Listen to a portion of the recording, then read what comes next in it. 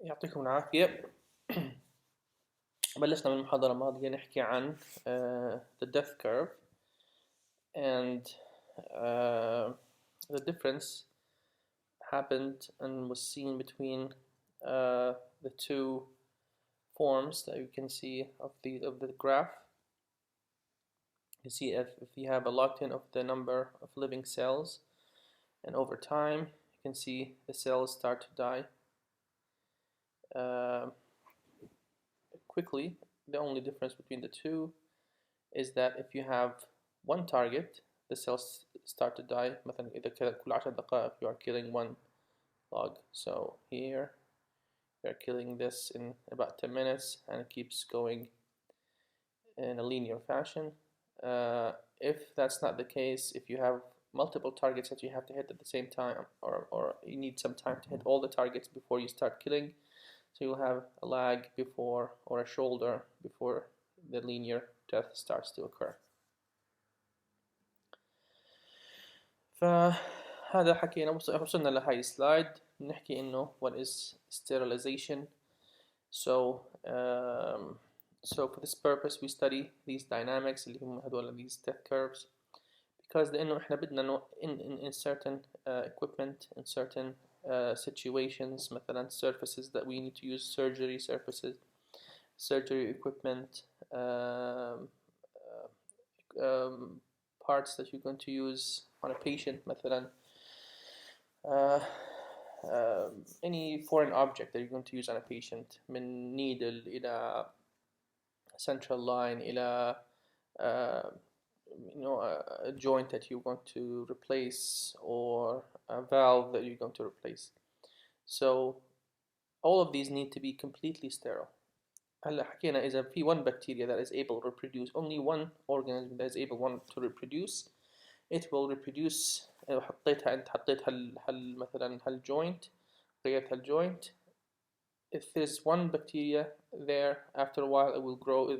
Usually they are biofilm formers اللي بيعملوا these kind of infections. That you have a biofilm that you're unable to kill with antimicrobials, and then you are faced with the only choice is that you have to replace the whole joint. يعني بدك تعيد العملية. إذا عملت له عملية تغيير هب بدك تعمل العملية من أول وجديد، وتشيل الهب اللي حطيته وتحط هب تاني. And usually these are older people who are healing is reduced. مشكلة كبيرة. So sterilization is very important. تخيل كل needle اللي بدك تعطيها لبيشنت بالhospital, every blood that you want to draw is المشكلة هدول كانوا sterile. So you need a vast and a large amount of sterilization that you need to perform. فمن هدول we see that there is no set of conditions that is guaranteed to sterilize a preparation, any preparation that you want to use. So what we want to do is we want to effectively kill organisms and make them unable to reproduce in a specific preparation. مثلا بحكيك at 60 minutes there is 100 organisms per milliliter. At 70 minutes there will be about 10 to the power minus 1 if you are considering the death curve. At 80 minutes 10 to the power minus 2, and so on. هلا فكر فيها إذا by 10 to the power minus 2 organisms per milliliter، معناته إنه في عندك in a total 100 ml، معناته ضل في عندك تقريبا 1 organism. طيب how long does it take to sterilize the culture? All we can say is after a given time the probability of surviving organisms بما إنه linear growth you cannot reach zero. That's what we try to get to. In the above example حتى لو صرت 1 to the power minus 6 I would usually consider safe sterilization, but على 1000 لتر مثلا it may not still contain a single viable organism. يعني إذا كبرت ال volume so you have more organisms, and then إذا مثلا إذا كان عندك بالexample كان مثلا 100 organisms, so you can effectively reach zero إذا أنت بتعطي لحالك margin of error مثلا 1 or 2 dilutions more than the zero that you should arrive at. فإذا كان الفوليوم أكتر بدك تعطي لحالك a different margin of error.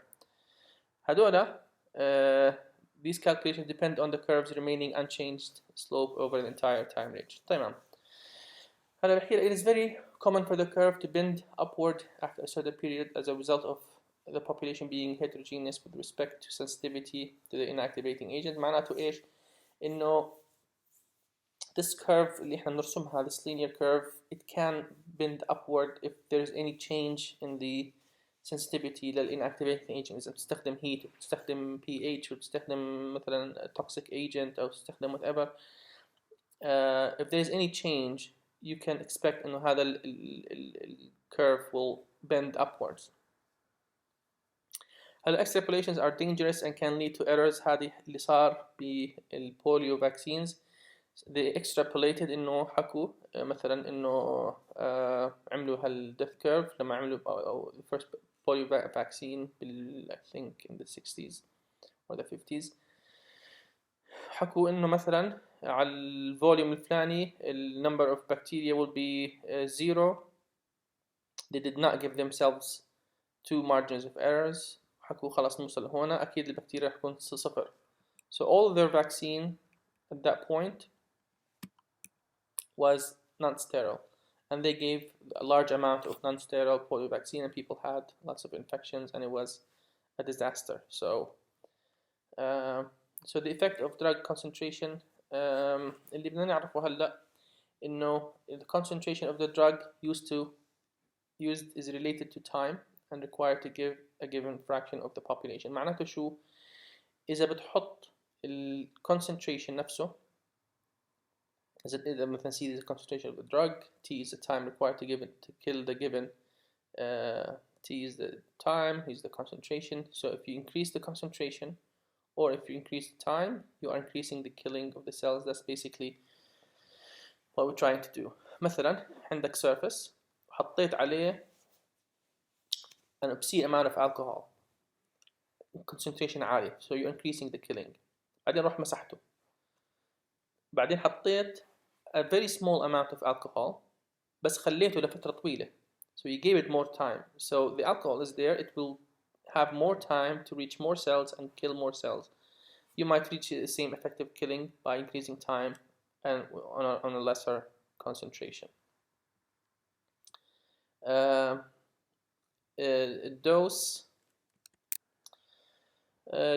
Dose, so this is expressed in an example. مثلا if N is 6 as it is for phenol مثلا,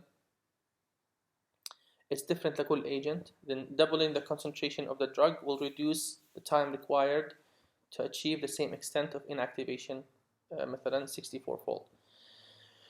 So that's basically the idea that we just mentioned. So the effectiveness of the drug varies with the 6 power مثلا هنا concentration, which suggests that the 6 molecules of the drugs are required to inactivate a cell. هذا ال N. So although there is no direct chemical evidence for this conclusion, this is just an extrapolation, I guess. The constant N, هذا constant موجود لكل drug, راح يكون له different constant, and it can be determined for each compound by mathematical models. And we will see later that we use phenol مثلا أو نوع من أنواع sterilization subject as a standard, أو بنقارن كل شيء فيهم عشان so it's easier for us. What is cultivation? It is the process of spreading and promoting the growth of a microorganism called culture. Culture is cultivation, we're cultivating organisms. So this is done by providing all the required growth. We have spoken about this, and the organism then are duplicating themselves over time. The nutrients must be metabolically accessible form, so it's something that they can use, even if you give them metabolites that they cannot use, it's not successful cultivation. حكينا the factors that you want to continue to control. This is a segue into talking about the requirements for growth when you dry microorganisms and assess the composition of the biomatter that you get. We find that it is basic material is made up of organic matter. إذا عملنا the mass نطلع على what is the elements that are present. We see that there is a lot of carbon, hydrogen, nitrogen, oxygen, phosphorus, and sulfur. The inorganic ions that you see, we find potassium, sodium, iron, magnesium, calcium, chloride. كل هدول عادة these inorganic ions are used for catalytic enzymatic functions. So an enzyme عادة بيستخدم in its catalytic domain one of these inorganic ions to catalyze a function. مثلا بضيف AMP or remove cyclic AMP or something like that. So it needs these ions عادة in that function. So mostly organic matter is used to build macromolecules, organic matter اللي فوق. So and these are formed by making anhydride bonds between these building blocks, and the formation of this bond requires energy, which is obviously provided by ATP. هلا in different extracellular environment هتلاقي فيها different chemicals موجودة. A lot of energy will be needed to maintain somewhat constant cytoplasmic composition. So اللي هو protecting these cells from the gradient of the concentration of the فإذا ما بدك يكون مثلا hypertonic or hypertonic, that might change the composition of ions inside the cell. So the proton motive force اللي هو هذا بيشبه اللي عندنا, which is the energy that can be derived by the passage of a proton across the membrane. بالeukaryotes هذا بصير بأي membrane. In prokaryotes happens on the cytoplasmic membrane of the cell. So both gram-positives and gram-negatives have this obviously. The proton motive force هو electrochemical gradient that you can use and by creating two differences, مثلا difference in pH or difference in ionic charge. مثلا عندك كتير هون صوديوم وهنا واطي الصوديوم بصير ينتقل لجوا and it creates this motive force. The same can be applied if it is a difference in pH.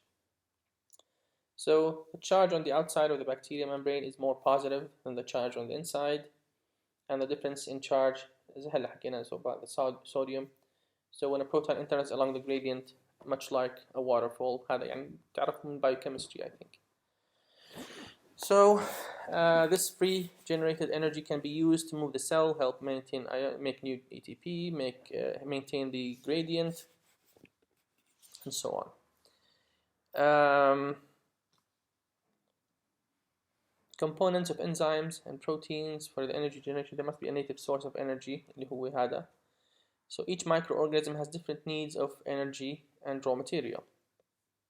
هاي نقطة إنه نحكي إنه مش كل all bacteria مثلا Staph aureus has the same energy requirements and material as مثلا Streptococcus pneumonia. That's not true. They are different bacteria because they can use different energy, they can use different material. مش حكينا عن niche. Every bacteria has its own niche. هذه على السكن, هذه على mucous membranes, هذه جوا it likes to infect مثلا respiratory tract. This is upper, this is lower, this is GI, this is in the stomach, this is in the colon, this is upper colon, this is كل هذا because of its different energy and raw material, and then ability to زي ما حكينا في المحاضرة الماضية ability to evade the system and what mechanisms, what proteins, what genes it does it have. عشان هيك كل واحدة عبارة عن different bacteria. So the sources of metabolic energy, where do they get their energy from? So bacteria, they have different three major mechanisms for generating energy. So we have fermentation and respiration زيهم زينا. So just like your muscles, they can ferment, produce energy without the presence of oxygen. It's the same, they can do, but in a different manner. And they can use respiration in the presence of oxygen. A third one is some bacteria can do photosynthesis much like plants. So at least one of these mechanisms obviously you would have to grow. So redox potential, you have to have biochemistry and trying to reduce the amount of biochemistry. So acquiring electrons means you have to acquire new energy for cellular processes. Bismillah, fermentation is a very important mechanism for bacteria. So you are forming ATP and in fermentation, and it's not coupled to the transfer of electrons. مش على electrons transfer chain الموجودة على cytoplasmic membrane. So the fermentation happens when a fermentable substrate is used, مثلا glucose, lactose, arginine, whatever. And by تعرفوا, you just rearrange its chemical structure and you can derive phosphorylated intermediate, and you can donate this phosphate to ADP. ما بتعمل حالك ATP. So in lactic acid fermentation مثلا, you can produce 2 ATP by the generation of 2 NAD+, and you can produce 2 lactic acid molecules. You know this. هلا, why is this important? Because lots of dairy and pickled food uses this type of fermentation in its production, and thus we use certain species of bacteria or yeasts in certain conditions. هذا الفرمنتيشن هو اللي تستخدمه لما تعمل مخللات، لما تعمل ديري، حتى لما تعمل this kind of cheese requires this strain of bacteria. هذا اللبن بده هذا نوع البكتيريا. هذا this type of yogurt has different type of bacteria. Bread, alcoholic beverages مثلا, even though we do not condone them, but you know, all of these processes have different kind of yeast. حتى الأنواع الخبز المستخدم. So this is yet another type of symbiotic relationship that you have with bacteria. So they actually produce your food, and then they help you digest your food when you eat them, because they actually break down some products of food inside your colon or stomach even. So this is what we just talked about. This is glycolysis, you making into ATP without the presence of oxygen, and this is the anaerobic fermentation. And you know, the aerobic fermentation will produce 36 ATP if there's oxygen viable in a mitochondrion or a bacteria. This can occur as well. اللي ما بيعرف, هاي this is from I think Khan Academy شو اسمه picture. So how to make glucose into pyruvate, كل اللي حكيناه هلا هذا. So it's just to help.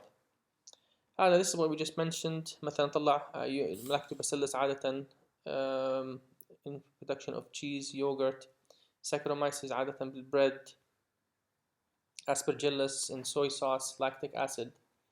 There are حتى lactobacillus, there are different strains of the lactobacillus that you can use for different types of sugar. The same can go for bread. بحكي لك مثلا bread is one of the simplest foods. It's because القمح نفسه usually has Saccharomyces on it. بس انك تترك حط البريد, حط الفلاور, حط عليه مية, the Saccharomyces will start to grow. It's a little bit more complicated than that, but it's basically has all sources that you need to make bread موجود بالقمح. Aeration. So many organisms are are obligate anaerobes. هاي هون بلشنا ندخل في نحكي عن انواع الايريشن وانواع انواع البكتيريا. هاي راح تسمعوها كثير, مثلا obligate aerobe, obligate anaerobe, facultative anaerobe. So these are very important mechanisms, لانه هذا راح يكون very important on their ability to cause infection. So many organisms are obligate aerobes. معناته إيش? They specifically require oxygen as a hydrogen acceptor, and they are unable to use anything else. So they are not equipped with proper machinery and enzymes and proteins to enable them to acquire energy by fermentation. بضيف على هاي النقطة إنه they are unable to deal. They are able to deal with oxygen species اللي بيطلعوا من respiration. So that's enables them to be an obligate aerobe. Other organisms are called facultative anaerobes. Basically, they have the machinery for both. They can live with or without oxygen. They can fermentate, and they can use oxygen as an electron acceptor. عندهم electron transport chain, and they have the enzymes to ferment. مثلا staph aureus هذول strep are these usually facultative anaerobes. On the other side, في obligate anaerobes. Those require a substance other than oxygen as a part of the electron transport chain. So they do not use oxygen as an electron acceptor. مثلا they use sulfate. They can't ferment. So and the presence of oxygen is inhibitory to their growth. لأنه they don't have the enzymes to deal with the oxygen with the reactive oxygen species. So إذا بتحطهم بأكسجين بموتوا. These are obligate anaerobes. So we have all these in our system. مين هم أكتر ناس؟ راح يكون أغلب البكتيريا are facultative anaerobes. Obviously, most of them will be in the category that they have both abilities on varying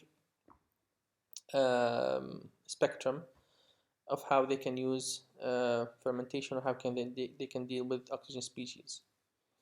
فراح نشوف انه obligate aerobes are few, obligate anaerobes are few, and the majority are facultative anaerobes. تمام. There are some organisms that are called microaerophiles.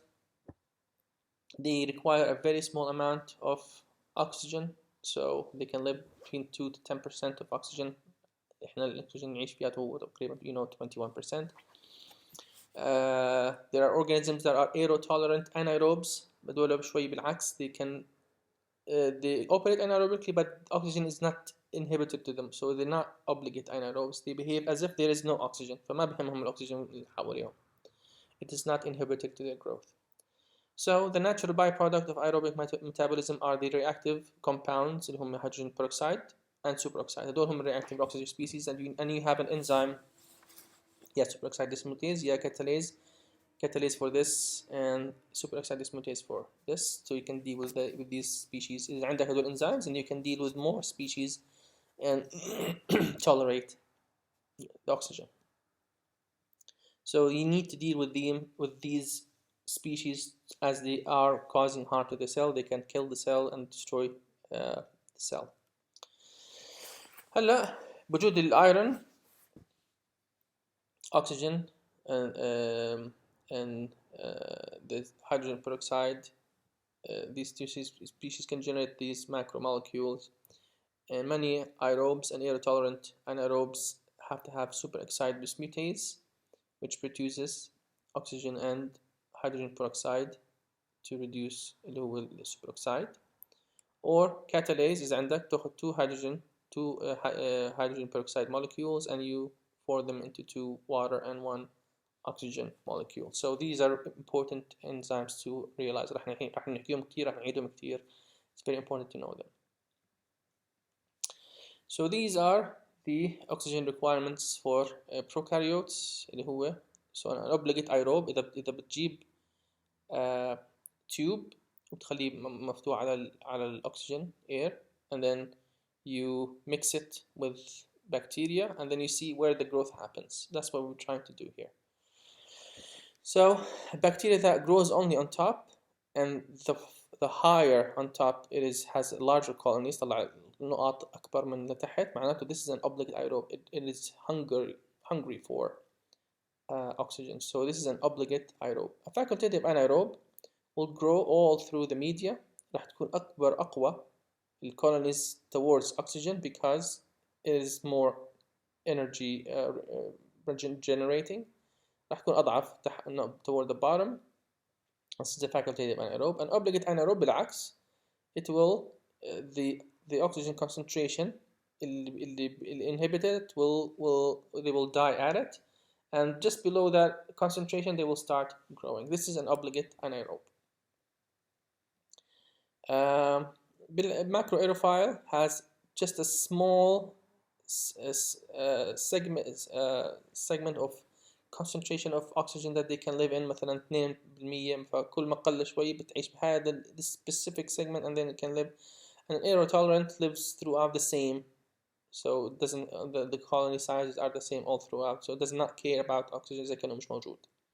So these are the 5 types of oxygen requirements or growth for prokaryotes.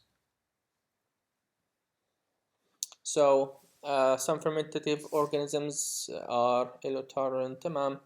All strict anaerobes lack both superoxide dismutase and catalase. This is very important because they cannot deal with the oxygen species at all.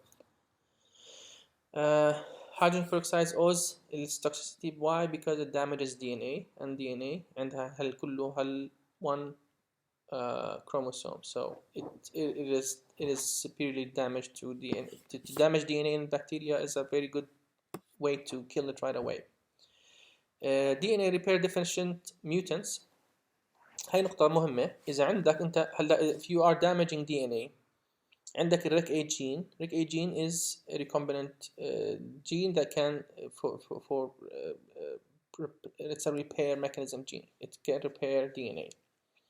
So functions both genetic and recombination and repair, and has shown to be more important than either catalase or superoxide dismutase in protecting E. coli cells against hydrogen peroxide. فإذا بتضيف ريك A وبترفع الليفل تبعه، so you are repairing the damage، فالخلية بتعيش. إذا الخلية عندها كاتاليز وما عندها ريك A، it will be more sensitive to DNA damage because راح تحمي حالها بقدر كمية الكاتاليز اللي عندها. إذا if you overcome the amount of catalase، the oxygen species, the hydrogen peroxide, will come and damage DNA. If you cannot repair the DNA, you lost your DNA. بالعكس، إذا ما عندك catalase whatsoever بس عندك كتير mechanism to repair the DNA، so you can tolerate oxygen up to the capacity of the REC A. That's what we're trying to say. So we need both the mechanisms. So repairing DNA can help protect against hydrogen peroxide to some extent. That's what we're trying to say here. So هاي الصورة تانية من حكيناه قبل شوية. So example of using fermentation in selective media. شو يعني selective media? Selective media is a media that inhibits the growth of certain types of bacteria over others. So you are selecting مثلا بديش أي gram positive إنه يعيش عندي هون مثلا. So in this case مثلا في راح نسمع عن شيء اسمه ماكونكي agar. ماكونكي agar is an agar that selects for colonic bacteria. Colonic bacteria أغلبهم are gram negative. So selective media here ماكونكي agar مثلا بتحط فياته all the things that bacteria need. فهم بدهم energy, water, and building blocks. Building blocks اللي هم amino acids. So you give them peptone. This is a protein amino acid source. Protease peptone, another enzyme digested peptone. Lactose, this is the fermentable sugar that they can use. بعدين بتحط لهم chloride, water, and whatsoever. هلا الأشياء الجديدة، الأشياء اللي بنحكيها to make it selective، you can add bile salts which inhibit the growth of gram positives. ليش الكولون عنده أغلبه gram negatives وما فيش فياته يعني gram positives إلا قليل جدا، وأكثر هي بجوز Enterococcus is the main one because Enterococcus is a gram positive that can tolerate bile salts. Everything else, all the other gram positives, الgram positive wall cell wall تبعهم cannot tolerate cell اللي هو bile salts, and you have bile هو موجود بال you know in your from your gallbladder secreted by the liver. So that maintains that is just another mechanism to kill all gram positive cells that enter your digestive system. So we put that in the agar, and that inhibits the growth of gram positives. And we put a pH indicator. هذا بساعدنا نعرف مثلا if certain if there is fermentation that is happening of the certain sugar بغير لون الميديا. فبحكي لي إنه مثلا عندي a lactose fermenting organism here rather than a non-lactose fermenting organism. And that's basically what McConkey agar is. So you get all that inhibitory for gram positives, crystal violet as well, and that's how we grow bacteria in the lab. That's how we find that's how we start diagnosing bacteria. فمثلا هيو الماكونكي agar. So a lactose fermenting colony مثلا E. coli, Klebsiella مثلا تحطها, it starts to ferment sugar and the pH indicator will change and then will change the color of the media. And then lactose colony fermented, they did not ferment lactose and they do not change the color of the media. Both of them to grow, they have to be gram negative because they cannot, there is bile salts and crystal violet in here that prevents growth of gram positives. So that's McConkey agar.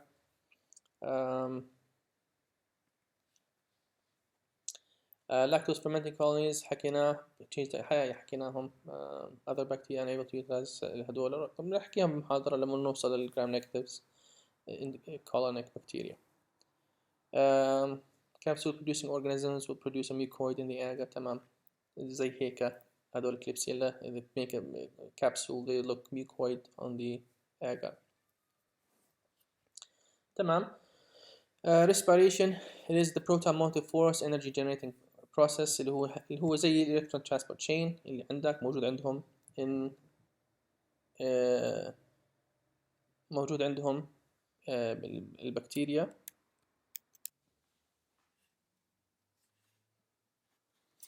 تمام. بهاي السلايد I think there's nothing new apart from it's the same as your electron transport chain.